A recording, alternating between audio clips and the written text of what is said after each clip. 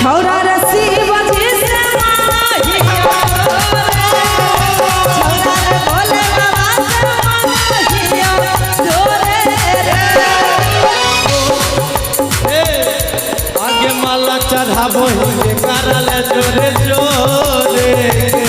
अच्छा माला चढ़ाबो ही करल जोरे जोरे छौरा रे भोले बाबा से माहिया जोरे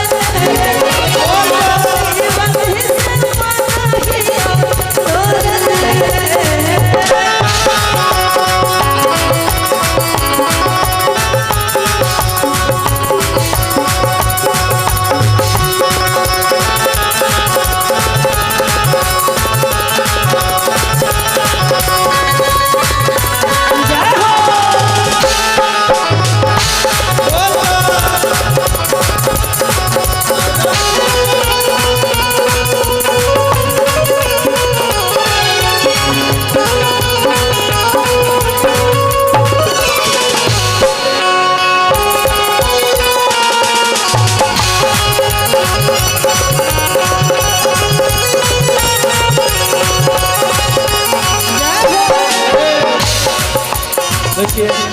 भैया छोटा छोटा म्यूजिक बजाइए ठीक है क्योंकि भाई लोग बोर हो जा रहे हैं। आइए अब लड़का की कैसे आगे जे छौ तोर सपनमा पूरा करतौ महादेव गे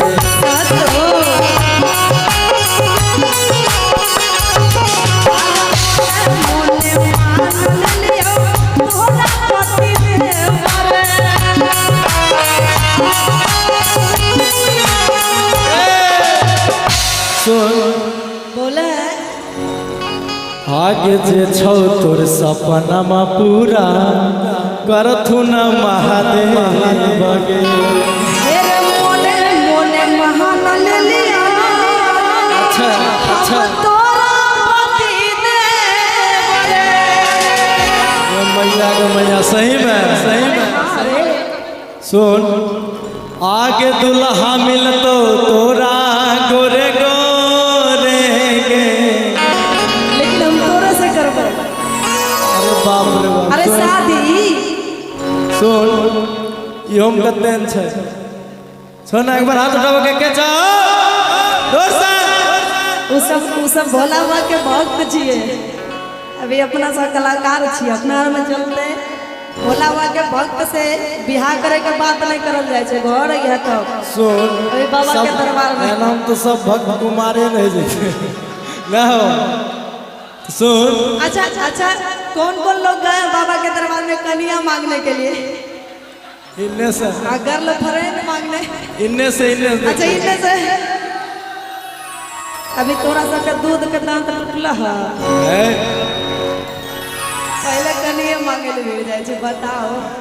सुन कैसन कलियो गइले लालो भैया गेल रखनिक से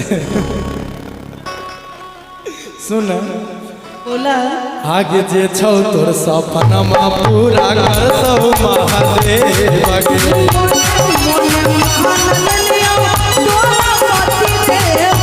आगे माला चढ़ाबो ही करल जोरे जोरे गे माला चढ़ाबो ही करल जोरे जोरे छौरा रे भोले बाबा से माहिया जोरे छौरा रसी बजी से माहिया जोरे रे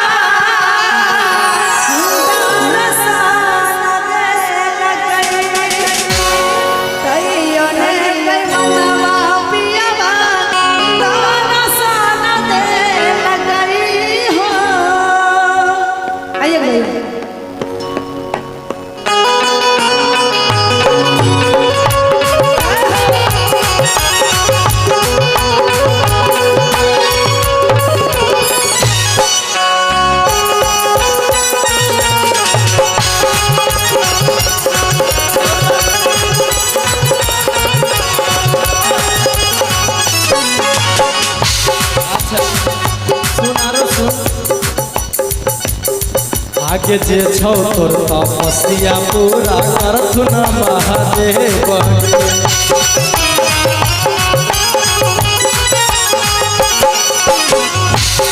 आगे दुल्हन बन के हम ही छौरा जइबो तोरा घरवा।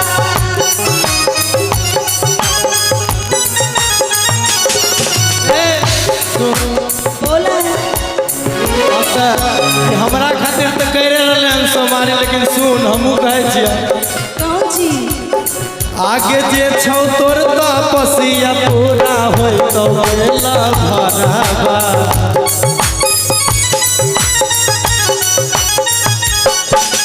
दुल्हन बन के हम ही छौरा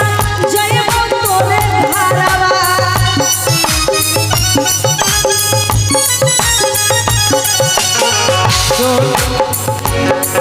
आगे मोनू कुंदन रहतो तोरे जोरे के, मोनू कुंदन रहतो तोरे जोरे। छौरा रे भोले बाबा से मोहिया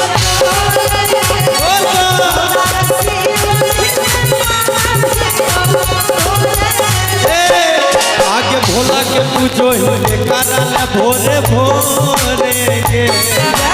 भोला के पूजो ही कारण भोरे भोरे। है सुना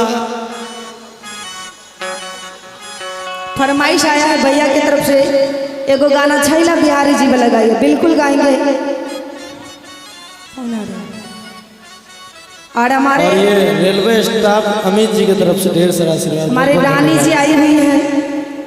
और उनका नाम काजल है, क्या रख देते हैं काजल, चलिए।